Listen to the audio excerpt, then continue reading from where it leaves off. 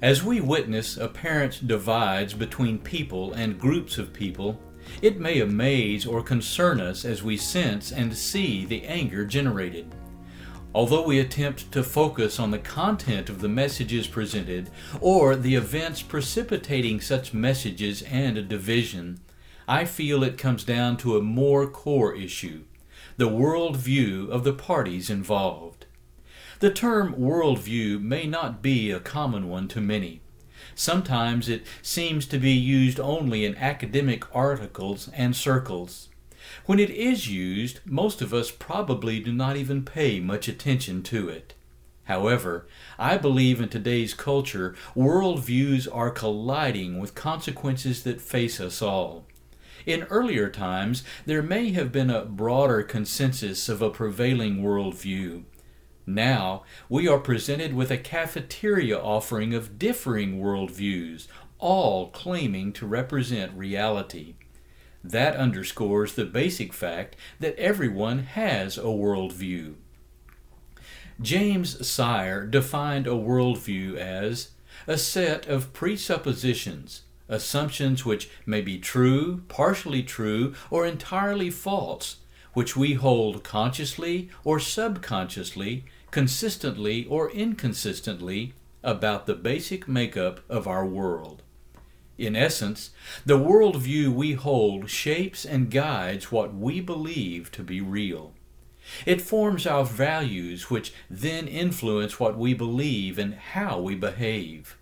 Worldviews are influenced by family cultures and tradition, empirical data of facts and figures, peer pressure, and information received from authoritative sources. A worldview helps a person find stability in knowing who they are and how they fit into this world and their community. A worldview also brings a perspective to beliefs and behaviors. This perspective is the basis from which one analyzes information and experience in making decisions. This makes one's worldview important. Just like a pair of eyeglasses which are incorrectly focused can cause a distortion to what we see, an inadequate worldview can cause distorted thinking, ultimately leading to distorted behavior. When considering one's worldview, there are 4 basic characteristics or tests a person should apply to their worldview. First, a worldview should be coherent.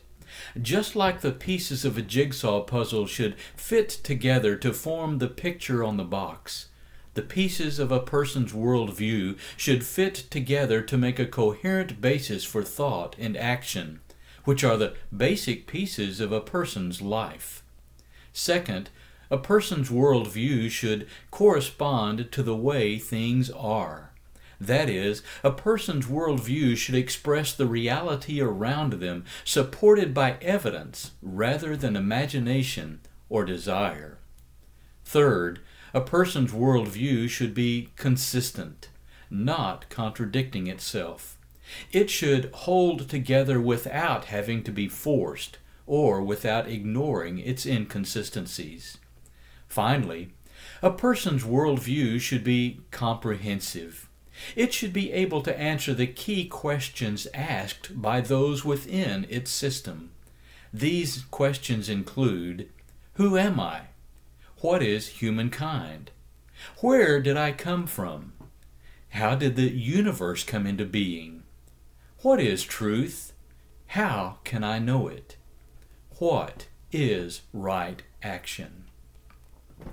If a person accepts a worldview without considering these characteristics or asking and answering these questions of that worldview, they may find they live with confusion and chaos as they move through life. A worldview that cannot meet these criteria or answer these questions will obviously leave several unanswered questions which may affect finding meaning in what is happening and leading to a false hope for those holding to its beliefs. There may even be physical consequences from behaviors that result from an inadequate worldview. In the broadest of terms, there are two basic categories of a worldview that separate them from each other and the conclusions they reach. A worldview can be open. That means the system can be acted upon by an outside force. It is as if there is a permeable barrier that allows interaction between what is within the confines of the system and elements outside the system, allowing those outside forces to affect what is happening within the system. This is basically the type of worldview Christians hold. In contrast, a worldview can be closed. That means the system is isolated, as though there were a solid protective wall around the system, not allowing any outside force to act upon or affect what is happening within the system. In other words, the only thing affecting what happens to those within the system is themselves and nothing more. This generally is known as a secular or humanistic worldview. It is important for each of us to come to grips with the worldview to which we hold. In the coming installments, we will examine worldviews and their differences in greater detail.